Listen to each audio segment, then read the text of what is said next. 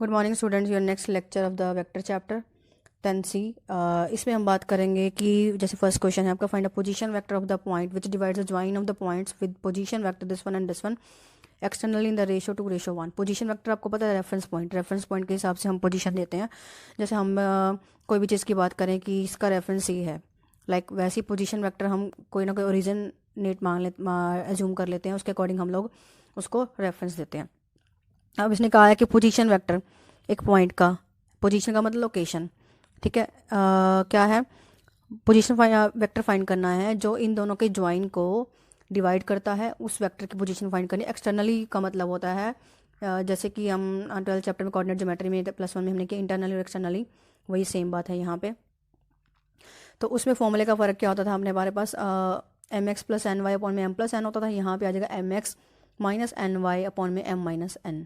तो रेशो हमारी 2:1 दी है, 2 इंटू फर्स्ट, जैसे आपके पास एक पोजीशन वेक्टर यहाँ एक यहाँ पे है, तो ये बीच में डिवाइड, मान लो ये एक्सटर्नली डिवाइड कर रहा है ना, आपका बीच में तो नहीं आएगा, बाहर से कहीं डिवाइड कर रहा है, तो वो 2:1 है, तो आप उसमें लेंगे 2 into first vector -1 into second vector upon 2 - 1, solve करेंगे 3a वेक्टर + 4b वेक्टर आ जाएगा आपके पास, ठीक है। नेक्स्ट क्वेश्चन है, यूनिट वेक्टर फाइंड करना है आपने। हर तरह के आपका क्वेश्चन डिस्कस कर रही हूँ। वेक्टर ए गिवन है आपको, वेक्टर वी गिवन है, ये एरो का निशानी है आपका। वेक्टर ए गिवन है 4i - j cap + k cap, B vector है 2i cap - 2j cap + k cap. Find unit vector parallel to the vector a + v। Unit vector आपको पता है डायरेक्शन देने के काम आता है वेक्टर को, तो इसमें a + b के पैरेलल वेक्टर फाइंड करना है, यूनिट फाइंड करना है। तो यूनिट वेक्टर को फाइंड करने का फॉर्मूला होता है वेक्टर अपॉन में उसका मॉडुलस। तो इसके पहले a + b निकाले हमने, दोनों को प्लस करके यूनिट वेक्टर निकालना है। तो अभी फॉर्मूला में मैंने बताया आपको वेक्टर अपॉन में उसका मॉडुलस, तो आपके पास आ गया 1/7 6i cap - 3j cap + 2k cap. Next है find a vector joining the point this one and this one directed from p to q। Position vector की जो मैंने अभी आपको बात बताई है, अब इसमें हमें वेक्टर फाइंड करना है जो इन दोनों के ज्वाइन करके बनता है और डायरेक्टेड है p से q। p से q का मतलब कहीं से हमने इनको रेफरेंस दिया है, ठीक है। तो आप क्या करेंगे, position vector of q minus position vector of p, मतलब टर्मिनल माइनस इनिशियल करके हम उसका पोजीशन वेक्टर फाइंड कर सकते हैं। O Q minus O P भी बोल सकते हैं आप, या position vector of Q minus position vector of P. इससे हमारे पास क्या आ जाएगा, पी क्यू के पोजीशन वेक्टर आ जाएंगे -3i cap -5j cap -4k cap. अब है नेक्स्ट कॉन्सेप्ट है आपका डायरेक्शन रेशियोज का। जैसे आपके पास पोजीशन वेक्टर ऑफ आर दिए I cap + j cap -2k cap, आपने direction ratio direction cosines find करने हैं। Direction ratio direction cosine का कॉन्सेप्ट 11 चैप्टर में ज़्यादा आपको क्लियर होगा। डायरेक्शन रेशियोज में क्या होता है एक्चुअली, हमारे पास जैसे वेक्टर आर है I cap + j cap + -2k cap, तो आई 1 और -2, ये हमारे पास क्या हो गया डायरेक्शन रेशियोज। को साइंस क्या होते हैं, अगर हम डायरेक्शन रेशियोज हमने फाइंड किया, उनको अगर हम क्या करें मॉडुलस ऑफ आर से डिवाइड कर दें, तो हमारे पास डायरेक्शन को साइंस आते हैं, उनको एल से डिनोट करते हैं। जैसे एल हो गया a/r 1/√6, m हो गया b/r modulus of r 1/√6, n हो गया -2 modulus of r that is -2/√6। Next है find unit vector in the direction of the sum of the vector. Same concept है, सम ऑफ द वेक्टर्स आप पहले find करेंगे a + b। Unit vector find करने का formula आपको पता ही है, a + b अपॉन में मॉड ऑफ a + b, आपके पास आ जाएगा i cap + 5k cap upon में √26।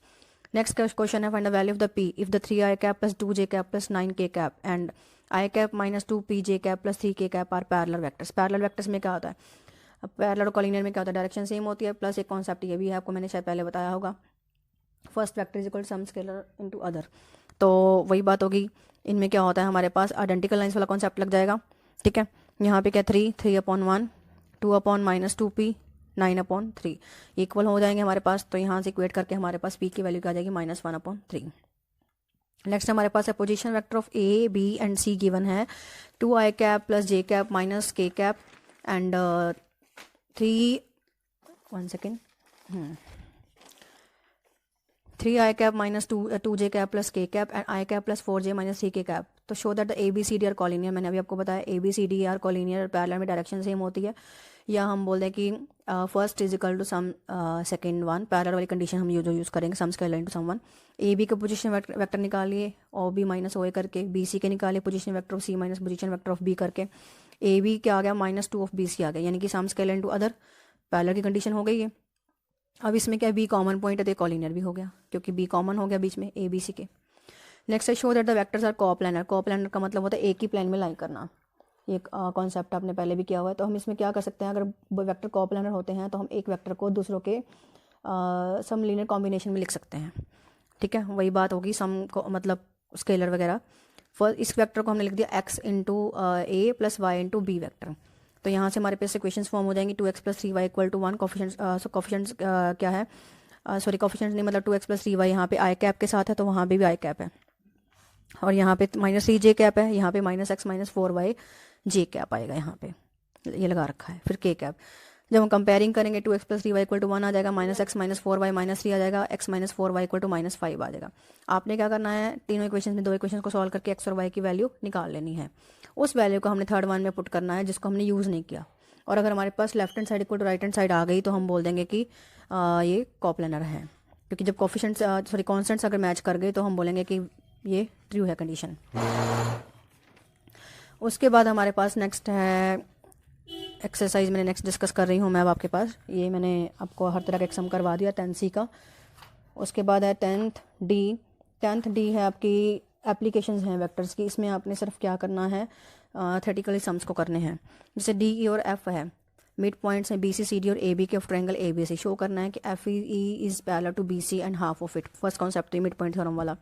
The sum of the vectors A D B E and C F is 0 and medians have a common point of trisection they are concurrent. तो इसमें आपने ये वाला figure बना लिया इजी करने के लिए। ए बी सी ले लिया, पोजीशन वेक्टर ऑफ ए का ले लिया ए कैप, इसका बी कैप और सी कैप। तो पहले हमने क्या करना है, डी मिड पॉइंट है बी सी का, अगर डी मिड पॉइंट है बी सी का तो मिड पॉइंट फॉर्मूले से हमने डी निकाल लिया। फिर ई मिड पॉइंट है तो मिड पॉइंट फॉर्मूले से हमने ई फाइंड कर लिया। आपको मिड पॉइंट फॉर्मूला याद होगा, ए प्लस बी बाई 2 होता है, यानी कि x plus y upon 2, x1 plus x2 by 2, y1 plus y2 by 2, ठीक है। फिर एफ निकाल लिया, position mid point of A B. उसके बाद इसने कहा था कि F E is parallel to B C, तो पहले बी से निकाल लीजिए position vector of C minus position of vector B से। फिर एफ ई निकालिए position vector of E minus position vector of F से। तो दोनों में देखिए क्या रिलेशन आ गया, एक आ रहा है सी माइनस बी, एक आ रहा है सी माइनस बी अपॉन 2, तो एफ ई क्या हो गया, हाफ ऑफ बी सी। उसके बाद इसने कहा था कि median sorry A D B E और सी एफ का जो सम है 0 होगा। ए डी निकाल लिया ओ डी माइनस ओ ए करके, बी ई निकाल लिया ओ ई माइनस ओ बी करके, सी एफ निकाल लिया ओ एफ माइनस ओ सी कर। तो ए डी बी ई और सी एफ का सम अगर हम सॉल्व करेंगे 0 आ जाएगा। नेक्स्ट था कि जी पॉइंट है डिवाइड करता है ए डी को 2:1 में, क्योंकि जी क्या था, ये ट्राइसेक्शन पॉइंट था, तो ये हमें पता है 2:1 में डिवाइड करता है। तो हम क्या करेंगे, रेशो वाले फॉर्मूले से k/1 जो हम करते थे इंटरनल डिवीजन वाले से, जब हम जी के पॉइंट निकालेंगे A plus B plus the quadrilateral bisect each other if and only if it is a parallelogram by using vector method. तो ये भी इस कॉन्सेप्ट आपके पास क्या है, A B C D parallelogram अगर हमने क्या करना है, क्वाड्रिलेटरल ड्रॉ करके शो करना है कि डायगोनल्स ऑफ द क्वाड्रिलेटरल अगर बाइसेक्ट करते हैं तो ये पैरेललोग्राम है, अगर ये पैरेललोग्राम है तो ये क्वाड्रिलेटरल के डायगोनल्स बाइसेक्ट करते हैं। सिंपल हमने क्वाड्रिलेटरल ले ली, पोजीशन वेक्टर्स ले लिए, ए सी निकाल दिया, बी डी निकाल दिया। पोजीशन वेक्टर से हम निकाल सकते हैं ए सी और बी डी, ठीक है। अब ए सी और बी डी इक्वल लेके चलेंगे तो वहाँ से हम इसको प्रूव करेंगे पैरेललोग्राम है। सॉल्व वगैरह करके हमारे पास B minus A equal to C minus D आ गया, यानी A B equal to D C आ गया, तो ये पैरेललोग्राम है। फिर उसके बाद हम पैरेललोग्राम लेके चलेंगे, हम प्रूव करेंगे कि डायगोनल्स क्या है, इक्वल है। तो वही है, ए बी को डी सी लेके चल पड़े, ए बी के position vector equal D C कर दिया, डिवाइड कर दिया 2 से, तो हमारे पास ये आ गया ए सी इक्वल टू बी डी। अब नेक्स्ट एक्सरसाइज है आपकी 10th COD में डिस्कस कर ली। ई के अंदर हम लोग कॉन्सेप्ट करेंगे प्रोडक्ट ऑफ वेक्टर्स का। प्रोडक्ट ऑफ वेक्टर्स में जैसे हमने साइंस में अपने फिजिक्स में किया होगा कि W is equal to F S cos theta है, कि जिस डायरेक्शन से हम फोर्स लगा रहे हैं और जिस डायरेक्शन में आपकी थिंग जिसको आप फोर्स लगा रहे हैं मूव कर रही है, तो किसी एंगल के अबाउट वो काम कर रहे हैं, तो हमारे पास फॉर्मूला था W equal to F S cos theta. तो वहीं से हमारे पास उस तरह के पोजीशन वेक्टर लेकर कोस थीटा का फॉर्मूला जो आता है, अगर हमने एंगल फाइंड करना है दो वेक्टर्स के बीच में, तो हमारे पास आता है vector A into vector B upon में mod of vector A into mod of vector B. और अगर हमारे पास थीटा पॉजिटिव नेगेटिव और 0 है तो थीटा एक्यूट ऑब्ट्यूस और राइट एंगल के हिसाब से। वो कैसे, हमने कॉस को देखना होता है पॉजिटिव नेगेटिव और जो भी उसकी बाकी 0 वगैरह जो वैल्यू है, ठीक है। अब क्वेश्चन में क्या है हमारे पास, डायरेक्टली मैं कोस थीटा को लेकर क्वेश्चन सॉल्व करा रही हूँ। अगर कोई भी नया कॉन्सेप्ट आता रहेगा तो बीच में मैं डिस्कस करती रहूँगी। अब देखिए वेक्टर ए प्लस बी का जो मॉडुलस है 13 है, वेक्टर ए आपको गिवन है 5 और आपने फाइंड करना है वेक्टर बी, और ए और बी क्या है, परपेंडिकुलर वेक्टर्स हैं, सिंपल है। वेक्टर ए प्लस बी क्या है 13, स्क्वायर कर देंगे, क्योंकि देखो mod of vector A square किसके इक्वल होता है, वेक्टर ए जैसे हमारे पास है mod of vector A plus vector B equal to 13 है हमारे पास, तो हम इसको लिख सकते हैं ना vector A equal to mod of vector A, ये आप लिख सकते हो, ठीक है, ऐसे, मतलब ऐसे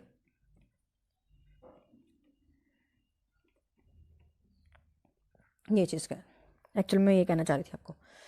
तो वही है वेक्टर ए प्लस बी क्या है आपके पास 13 है। जब हम स्केयरिंग कर देंगे तो क्या आ जाएगा, इसके इक्वल आ जाएगा।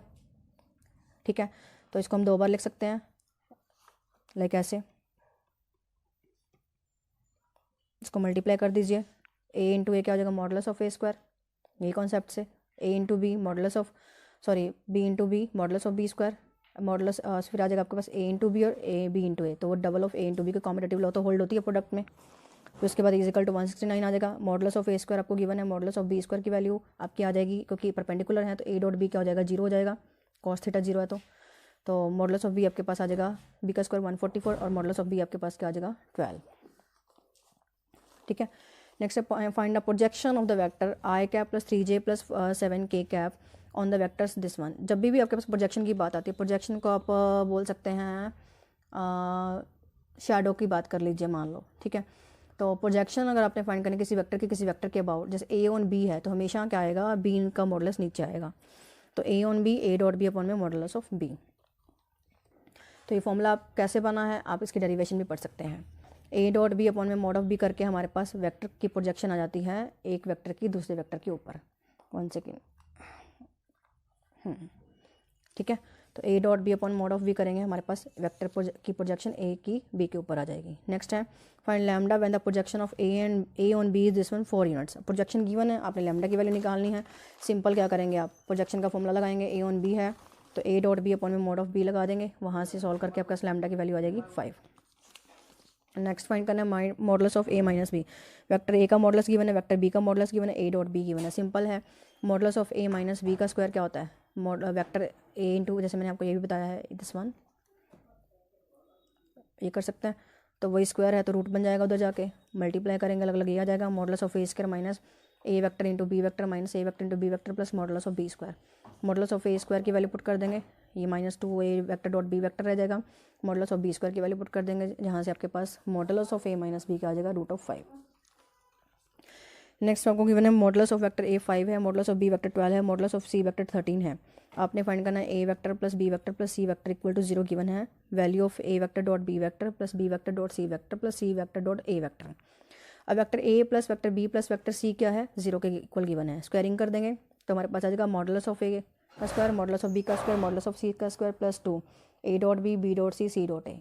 अब ये तो चीज़ आपके पास क्या है, 0 के इक्वल गिवन है, तो इसकी वैल्यू पुट कर दीजिए, इसकी वैल्यू पुट कर दीजिए, इसकी वैल्यू पुट कर दीजिए, ये एज इट इज़ आपके पास है। तो यहाँ से आपके पास double of a dot b plus b dot c plus c dot से आ जाएगा -338 के इक्वल। तो -338 उसके बाद जो हमारे पास लेफ्ट हैंड साइड पे जो वैल्यूज़ थी उसमें हम लोग क्या करेंगे, modulus of A square modulus of B square minus modulus of B square और मॉडुलस ऑफ सी स्क्वायर था जो आपके पास।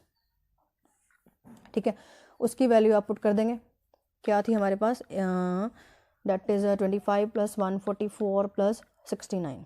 मैं दोबारा रिपीट कर रही हूँ, आपके पास क्या था 125 नहीं sorry, modulus of A square था 25, 12 का स्क्वायर था 144 और 13 का स्क्वायर था 169। तो सबको हमने प्लस करके यहाँ पे ले आए। अब इस 2 से डिवाइड कर देंगे तो हमारे पास ये आंसर आ जाएगा। Got it. और नेक्स्ट क्वेश्चन है आपके पास, if a B c are mutually perpendicular vectors. क्या है आपके पास, if a B c are mutually perpendicular vectors of equal magnitude show that a plus b plus c is equally inclined to a, b and c vector.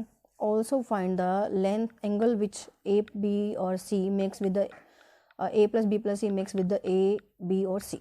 क्या है, modulus of a equal to modulus of b equal to modulus of c given, equally मतलब magnitude है इनका और आपस में वो क्या म्यूचुअली परपेंडिकुलर है, तो ये चीज़ 0 होगी।